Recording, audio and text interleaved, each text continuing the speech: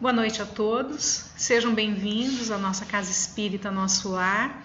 Meu nome é Joyce, hoje os estudos estão por minha conta. O tema dos nossos estudos dessa noite está no capítulo 18, aquele que muito se deu, muito será pedido. Vou ler a mensagem da noite e nós vamos fazer a prece. A mensagem está no livro Trilha de Luz, pelo Espírito de Emmanuel, e Psicografia de Chico Xavier. Muito se pedirá. Não nos esqueçamos de que conhecimento superior traduz responsabilidade. Ninguém vive sem contas. Muito se pedirá amanhã do que hoje recebes. Nas bases da vida moram a equanimidade e a justiça. Não amassarás teu pão com a areia do deserto. Não proverás teu cântaro com os detritos do charco. Não recolherás o alimento da substância que te recebe carinho e sorverás a água pura da fonte que te merece cuidado.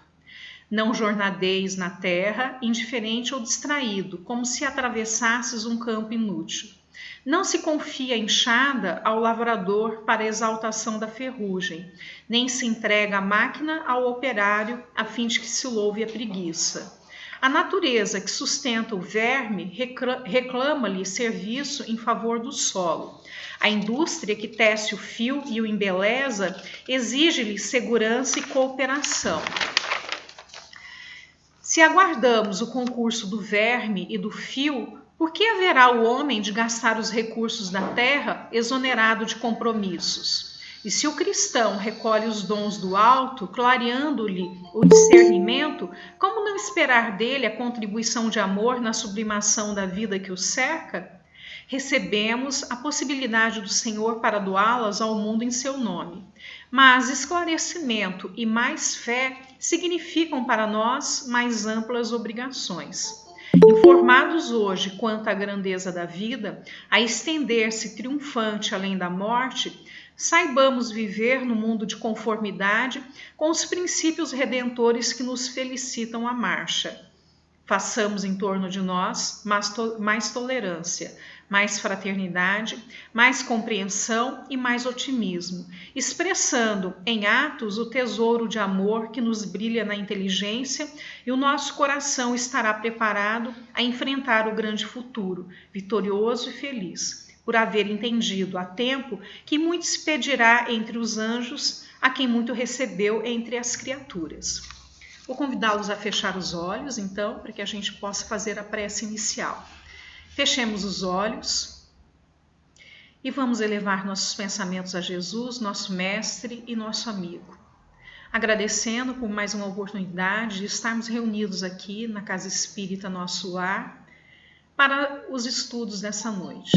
Agradecemos, Senhor Jesus, por estarmos bem, estarmos com saúde e principalmente pela oportunidade de estudo.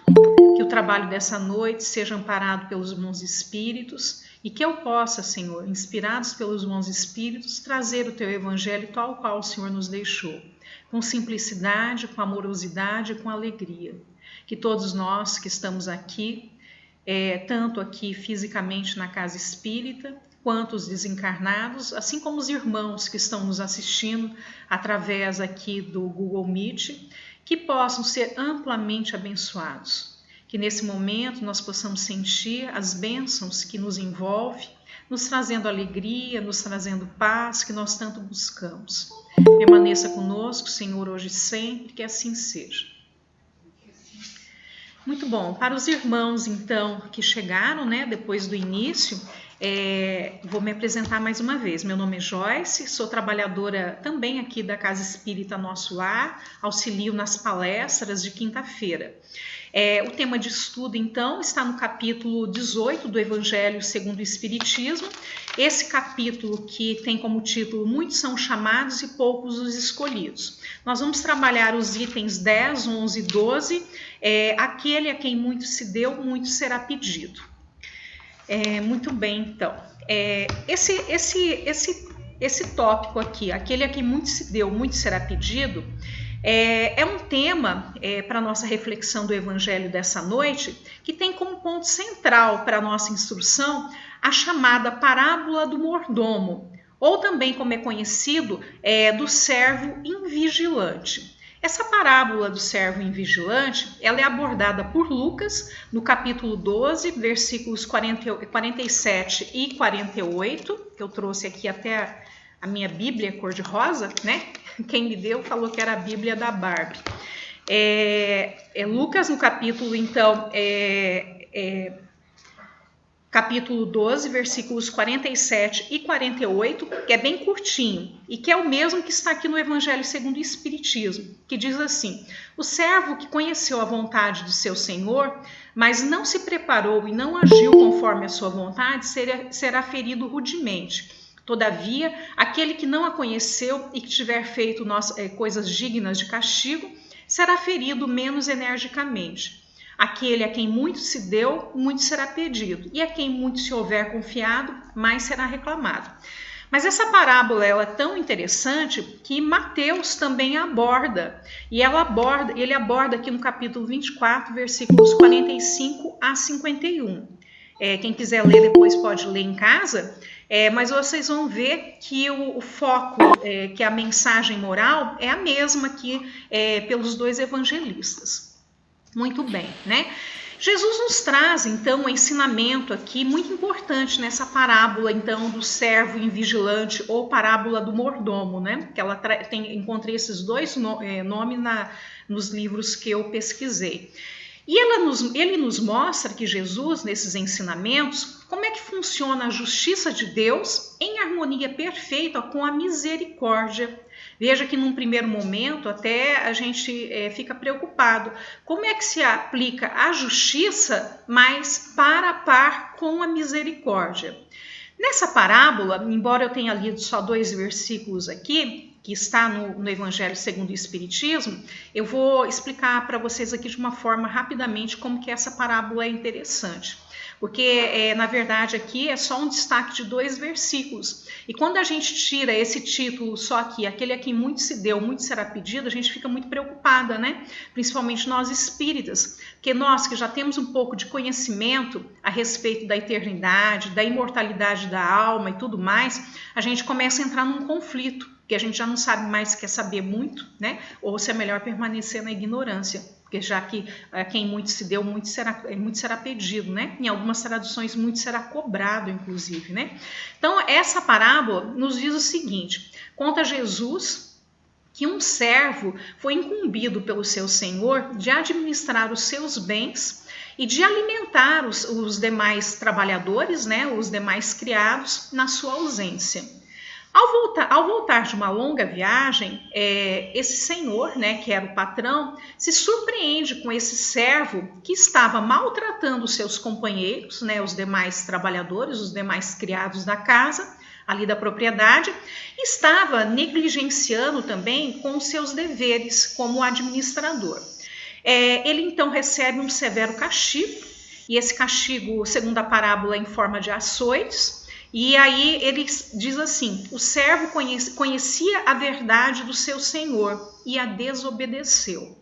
E aí a parábola ainda ensina que na mesma condição, o servo que não conhecesse a verdade do seu senhor, a vontade do seu senhor, e fizesse as mesmas coisas que aquele que já conhecesse, esse também seria digno de castigo, mas receberia menos açoites. Porque aí ele conclui: pois a quem muito foi dado, muito será pedido.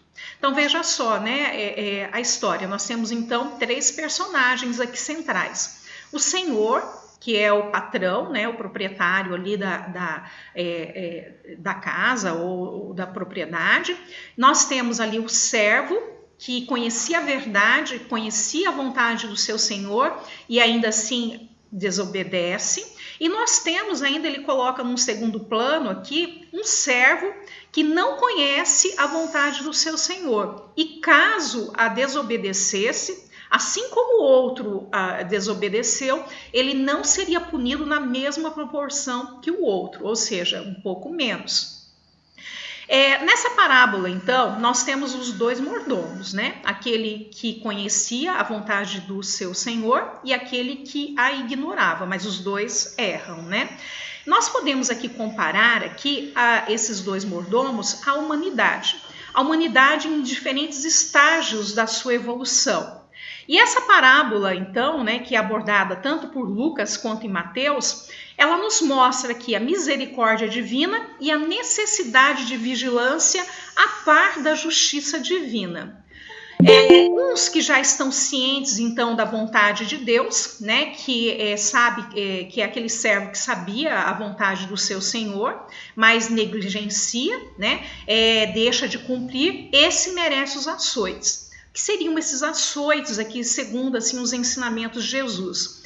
Os açoites seria o cumprimento da lei de causa e efeito. Ou seja, errou, você vai arcar com as consequências do seu erro, né? As consequências que derivam desse erro. Ou seja, será cumprido a lei de causa e efeito. E há consequências, então, para aquele que erra de forma proposital, ou seja, ele tinha consciência que estava infringindo as leis de Deus, né? Ou a vontade do seu Senhor. Outros ainda que estagiam na faixa primária de conhecimento, aqueles que ainda possuem uma certa ignorância em relação às leis de Deus, por isso mesmo, esses que erram, esses também merecem açoites, mas numa proporção menor, que eles podem alegar a ignorância, né, em sua defesa. Essa história, que expressa bem assim a lógica irracional, né, da justiça divina, para a par com a misericórdia. Então, como é que Deus aplica a justiça divina, mas ao mesmo tempo ele tem misericórdia de todos nós seres humanos que estamos aqui, né? Então, Jesus, ele nos coloca então essa situação. Nós temos um entendimento ainda bastante imperfeito das leis de Deus e nós não conseguimos ainda equacionar essa justiça, aplicação de justiça, mas ao mesmo tempo a misericórdia divina. A questão assim da misericórdia divina, a par da justiça, que nós devemos observar, né? No primeiro momento nós cremos assim que elas são inconciliáveis, né? Como que eu posso ser misericordioso, mas ao mesmo tempo ser justo e aplicar a justiça ao mesmo tempo? Nos parece assim inconciliável essas duas situações. Jesus, como um espírito puro, né, um espírito já bem mais elevado do que nós, e que possuía inúmeros atributos, né, e conhecia também o Pai Celestial profundamente, e que nós ainda não temos todo esse conhecimento, ele usa da parábola do mordomo invigilante, né, do servo, para nos mostrar que isso se resolve na perfeita harmonia das leis de Deus que regem as nossas vidas. Ele ensina que o rigor das consequências dos nossos atos é proporcional ao nível da nossa consciência, do nosso esclarecimento e do nosso conhecimento. Todos nós que infringimos as leis de Deus e nós sofremos as consequências dessa infração que nós cometemos, nós vamos receber essas consequências dessas infrações na proporção do esclarecimento da nossa consciência. Qual é o conhecimento que nós temos? Então, pautado pelo conhecimento que nós temos, nós receberemos então as consciências, a consequência. É exatamente o que nós podemos chamar de estágio evolutivo. Quem muito, então, aquele a quem muito será pedido, né? Voltamos aqui ao tema central da palestra, né? Que é da nossa parábola. Significa exatamente, então, que os espíritos mais amadurecidos, aqueles que já possuem assim, um certo grau de informação, aqueles que têm consciência da verdade, que têm já uma certa iluminação, e desses espíritos, e principalmente nós espíritas, é esperado um teor de vigilância muito maior que das outras pessoas perante as leis divinas. Então, espera-se que de nós espírita tenha assim, uma vigilância muito maior e que nós respeitemos muito mais as leis divinas e que também possamos fazer um exercício de autoconhecimento. Há um autor do Mato Grosso que se chama Lírio Cerqueira Filho e ele nos propõe numa obra dele um exercício de autoconhecimento e que é um exercício também de reforma íntima para todos nós. E ele nos propõe esse exercício para que a gente possa, então, se conscientizar das nossas falhas, dos equívocos que nós ainda cometemos, para que a gente possa, então, não cometer mais e ainda se melhorar. Como que é feito esse exercício que ele nos propõe? Esse exercício são 5 etapas. E ele coloca assim com as iniciais das palavras que iniciam cada etapa, que é a P-A-R-D-A. E ele até coloca assim a palavra parda, né? E claro que não é referência a qualquer cor, nada disso. E ele começa com a letra P, que é a percepção. Então ele fala assim, que nós devemos nos analisar intimamente, mas de uma forma honesta. De uma forma que a gente veja com sinceridade quais são os equívocos que nós ainda cometemos. Então, ele aconselha que a gente faça esse exercício de uma forma honesta e que a gente escolha um defeito que a gente ainda tem, pequenininho, que vai ser mais fácil da gente superar esse defeito. Então ele fala assim, não escolha o egoísmo, né, nem o orgulho, que são ainda defeitos muito grandes que a gente tem e que nós não vamos conseguir resolver rapidamente. E ele ainda diz assim, que se acaso a gente falhar na resolução desse defeito que a gente ainda traz, para que a gente não se sinta desestimulado. Então, a melhor coisa é a gente escolher um defeito pequenininho. Então, é a percepção. Quando eu fui fazer esse exercício, há muitos anos atrás, a minha filha era pequena. Então, qual foi o exercício, o defeito que eu escolhi? Foi assim, eu estava dirigindo e ela sentada no banco de trás e eu tinha um péssimo hábito de falar no trânsito, mas eu falava para as pessoas que estavam nos outros carros, né? Então se a pessoa à minha frente, ela abria o semáforo e a pessoa demorava alguns segundos para acelerar, eu já falava assim, vai dona Maria, acelera esse carro, se fosse uma mulher à minha frente, né? Ou pelo amor de Deus, né? Olha isso daí que você está fazendo. Como se eu fosse assim o próprio Ayrton Senna ao volante, né? E claro que eu não tenho essa perfeição ao volante que Ayrton Senna tinha. E aí um dia eu estava no trânsito e minha filha sentada atrás no banco, ela era pequena, e aí ela estendeu os bracinhos e falou, vamos dona Maria, olha aí, acelera o carro. Naquele momento aí eu parei e perguntei para ela assim, o que é que você falou? Ela falou assim, não é assim que tem que fazer, porque você faz assim. Então, aí eu vi que tudo aquilo que eu ensinava, inclusive na evangelização, como evangelizadora, eu não estava cumprindo. E que eu não estava sendo um exemplo para minha filha ali naquele momento. E que eu estava ensinando a ela que a gente tinha que ser intransigente, né, no trânsito, que a gente tem que ser impaciente. E, consequentemente, se ela pequena era aquilo que eu estava ensinando para ela, imagina quando ela se tornasse uma pessoa adulta e como é que ela iria se comportar no trânsito? Igual a mim ou até pior, não é verdade? Então eu escolhi esse defeito, que eu não iria mais andar, dirigir resmungando, falando, corrigindo os outros, achando que eu era melhor que os outros. Eu escolhi esse defeito. Então o primeiro passo é a percepção. Para mim era esse defeito que eu tinha que corrigir de imediato. Então vocês, de uma forma honesta, né, vocês vão se analisar também e ver qual é o defeito que vocês possam corrigir. Aí o segundo passo é a aceitação, né? Então nós já temos o P de percepção e o A de aceitação. Aceitar esse defeito também é preciso, que muitas vezes a gente percebe que tem, mas a gente não aceita. Porque a gente tem sempre desculpas para aqueles defeitos que a gente ainda tem. Então, supomos que eu, Joyce, sou uma pessoa muito gulosa, né? Como assim, além da medida, além da necessidade, e quem me conhece sabe que eu sou gulosa mesmo, né? E induzo os outros, inclusive, a gula, né, Vannes? A gente então tem que aceitar e não inventar desculpas. Eu poderia falar assim, não, eu como muito porque eu sou uma pessoa muito alta. Como é que eu vou me manter de pé com essa altura toda, né? Então a gente sempre tem uma desculpa. Ou aquela pessoa que é muito pão dura, você vai falar assim, fulano, mas você é pão duro. Não, eu não sou pão duro, eu sou previdente, eu guardo para o futuro. né? Ou, né assim?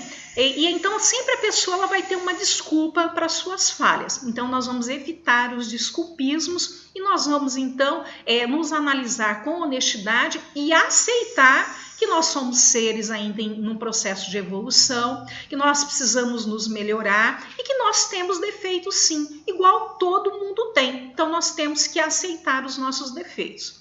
Aí o terceiro passo, que é a letra R, é a reflexão. Vamos refletir. Eu tenho realmente esse defeito?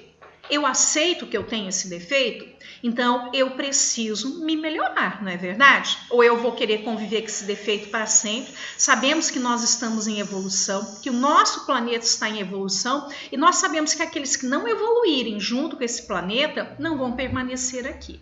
Nós que já estivemos lá naquele planeta primitivo, lá no início, naquela época das cavernas, né? Nós lutávamos diariamente pela sobrevivência, esse era o foco principal. Que nós já saímos então lá do planeta da era primitiva, já passamos por um planeta de provas e expiações, estamos saindo, né, desse degrauzinho de provas e expiações e estamos nos melhorando. Toda a espiritualidade nos diz que o planeta está melhorando e que ele vai sair desse planeta de provas e expiação e vai passar para um planeta de regeneração. E nós queremos e precisamos, né, acompanhar essa evolução do planeta. Mas se nós não nos melhorarmos, se nós não nos esforçarmos para isso, nós não vamos mais vibrar na mesma sintonia do planeta e a espiritualidade, vendo que nós estamos atrapalhando então essa evolução, nós vamos ser retirados daqui, nós vamos ser encaminhados para outros lugares, outros planetas, outros rincões bem mais primitivos do que aqui o planeta Terra ainda está sendo em alguns lugares, né? Então nós não queremos. Então vamos refletir a esse respeito. O que nós queremos para nós? Nós somos seres em evolução, nosso espírito é imortal, nós sabemos que nós vamos ter outras oportunidades, né, em outras reencarnações também, mas queremos ficar aqui no nosso planetinha, né? Quem é que não gosta aqui do nosso planeta? Então, nós já temos então a primeira palavra, percepção, aceitação e reflexão. Nós precisamos então ir para a quarta etapa, que é a letra D, a decisão. Nós precisamos tomar essa decisão. Queremos mudar, queremos nos melhorar ou não? Então nós precisamos nos decidir. Na minha época, naquela ocasião lá que eu dirigia resmungando no trânsito, eu tomei a decisão que eu não faria mais isso. Que eu não queria ser mais um mau exemplo para minha filha.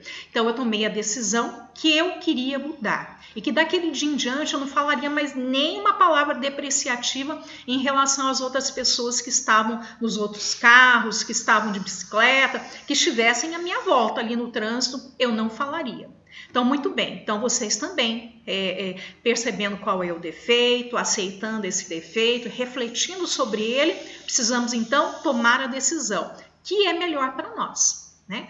E o quinto passo, que é a letra A, para formar a palavra, né, parda, nós vamos então iniciar uma ação. Essa ação, então, exige de nós, então, uma postura de movimentação. Nós não podemos, então, ficar assim, eu tenho mesmo esse defeito, né? Mas vamos deixar, eu já estou muito velho para tomar uma atitude, estou muito velho para mudar, aquele desculpismos que todos nós usamos e que a gente sabe que não leva a lugar nenhum, né? Então, nós precisamos, então, tomar uma atitude. Nós precisamos, então, começar a nos movimentar, nos pôr em ação.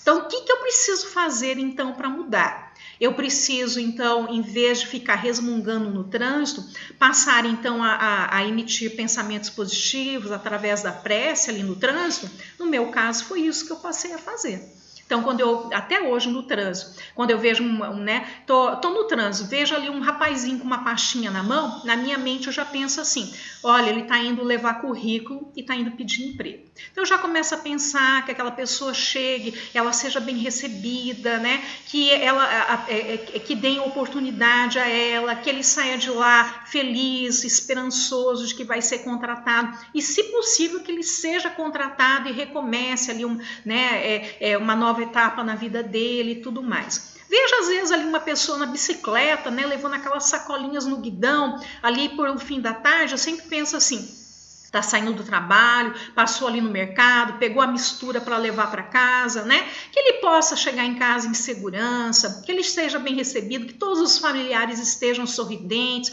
Eu já imagino as crianças correndo, se jogando no pescoço daquele pai e assim por diante, né? E que eles possam ter uma refeição feliz e que tenham uma noite de paz. Veja ali um idoso caminhando, eu já penso assim, né? Que ele possa estar em paz, né? Que ele não tenha doenças, que ele esteja feliz, que ele tenha cumprido toda a etapa dele aqui no planeta Terra e que ele nesse momento, né, assim do crepúsculo da vida dele, que ele possa estar em paz, tranquilo, né, com a família dele e tudo mais. E assim eu vou no trânsito. Até hoje eu tenho esse hábito. Eu falo, né, que o lugar que eu mais faço prece é no trânsito. Nem em nenhum outro lugar, que eu adquiri esse hábito assim com muita dedicação, com muita perseverança. Então, como é que nós podemos então nos melhorar para que então nós não sejamos esses transgressores da lei divina, mesmo a gente tendo conhecimento que o Espiritismo nos traz, né? Essa doutrina maravilhosa que nos tira as escamas da ignorância, as escamas da intolerância, né? E que nos dá outras oportunidades, que nos tira esse véu, né? Que tantas religiões ainda insistem em vestir. E que nos mostra que a vida é um caminho e que esse caminho nós plantamos hoje e colhemos amanhã. Nós não sabemos se esse amanhã é aqui mesmo nessa reencarnação ou se é uma reencarnação futura, mas aquilo que nós plantamos é aquilo que nós vamos colher. Então, se aqui nesse momento nós escolhemos cumprir as leis, respeitar as leis divinas e principalmente cumprir o mandamento maior que Jesus nos deixou, amar o próximo como a si mesmo. Então, sabendo que nós podemos cumprir, seguir Jesus como nosso modelo e guia, não tem erro. Aquilo que nós estamos plantando é o bem, é a luz e é aquilo que nós vamos colher amanhã, seja nessa reencarnação, seja na próxima. Porque o bem que nós fazemos, em qualquer lugar que a gente esteja, é um advogado a nosso favor. Então não tenha dúvida, né? Que se nós escolhemos o lado do bem e da luz, é esse lado que nós vamos trilhar e esses companheiros que irão nos acompanhar. Nós já sabemos também pelos ensinamentos da doutrina espírita que nós atraímos aqueles que nós nos sintonizamos, seja pelos atos, seja pelo pensamento, seja pelas palavras. Então, se nós pensamos no bem, se nós trabalhamos no bem, se as nossas leituras são edificantes, aquelas pessoas que nós nos unimos são pessoas que também compartilham dos mesmos pensamentos que nós, não tenham dúvida que nós estaremos atraindo os espíritos de luz para nos fazer companhia. Mas nós sabemos também que se nós escolhemos, né, através do uso do nosso livre-arbítrio, transitar pelos caminhos equivocados ainda, os caminhos de escuridão, são esses irmãozinhos que transitam por esses caminhos que nós vamos atrair também, pelos nossos pensamentos, pelas nossas palavras e pelos nossos atos. E são esses irmãozinhos que nós atraímos que muitas vezes nós acreditamos o nome de obsessor. Esse obsessor que nós mesmos atraímos para nós. Esses obsessores, embora eles estejam ao nosso lado em muitas situações da vida, na verdade, eles são usados pela espiritualidade maior como ferramentas da nossa reeducação. Então, eles pensam que estão nos fazendo mal, mas eles estão nos ajudando, são instrumentos na nossa reeducação. Né? Quase horário, né, Miguel? A gente vai falando aqui e acaba o tempo passando tão rápido, né? Acaba que tudo que eu escrevo aqui, às vezes, não consigo falar tudo para vocês, né? Mas, por fim, vamos nos lembrar de Paulo de Tarso. Paulo de Tarso, uma certa vez, ele falou o seguinte, numa carta aos Coríntios. Ele disse assim: quando eu era menino, falava como menino, sentia como menino, discorria como menino, mas logo que cheguei a ser homem, acabei com as coisas de menino. Isso está na carta de 1 Coríntios, no capítulo 13, versículo 11. Acho que todos vocês conhecem, né?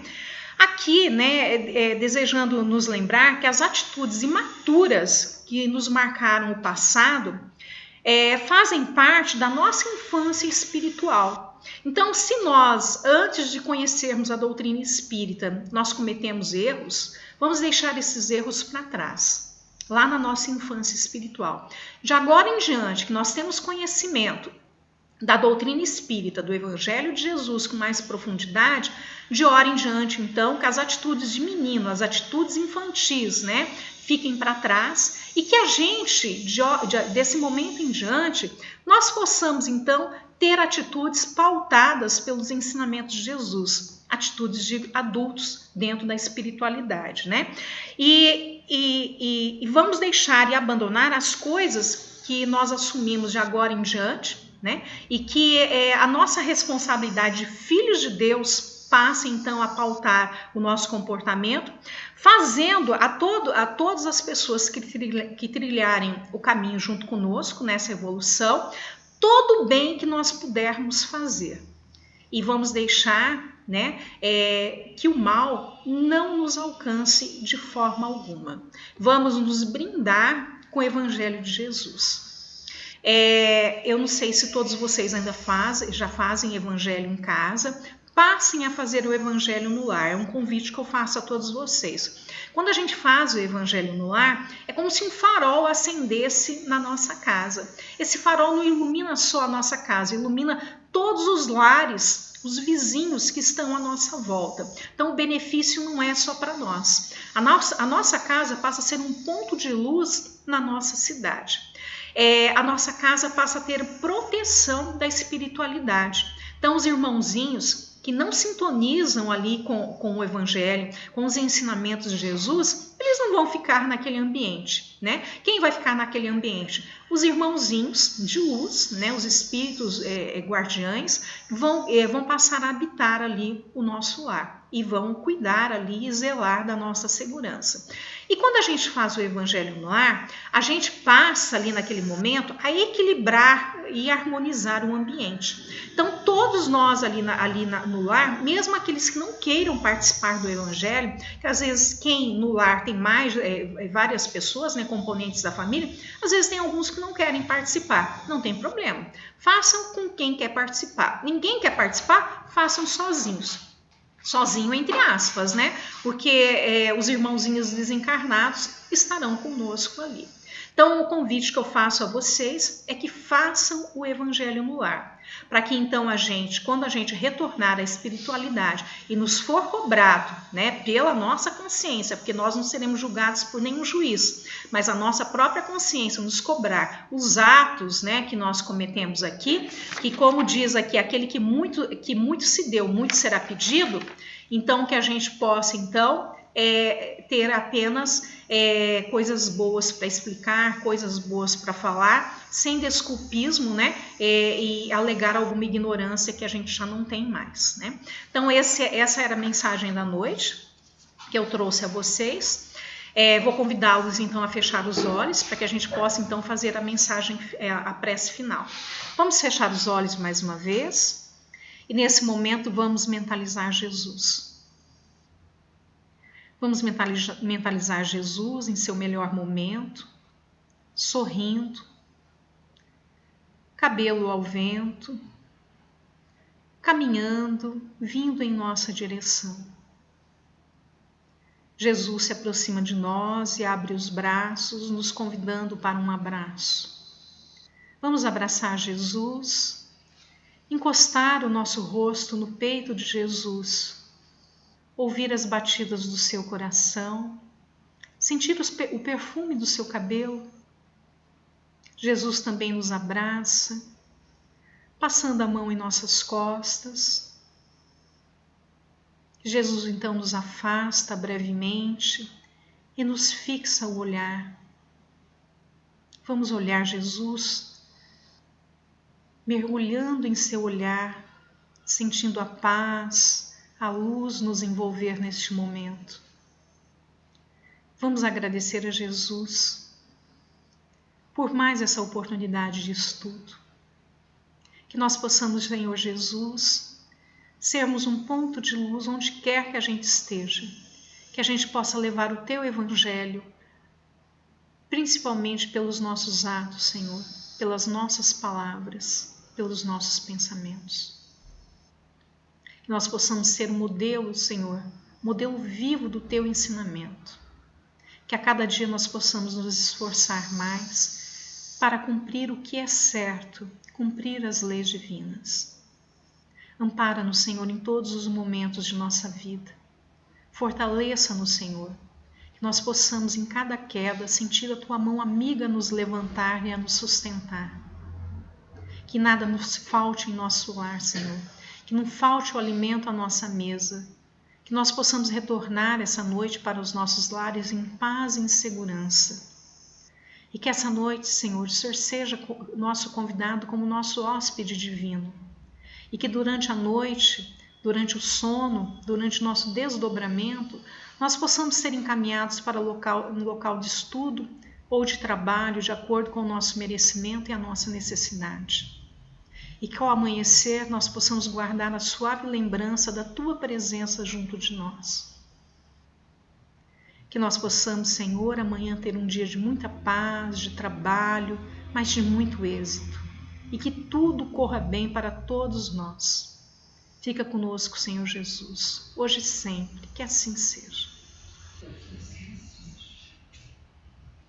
F2. Boa noite a todos, né? Que todos possam ter uma noite de muita paz.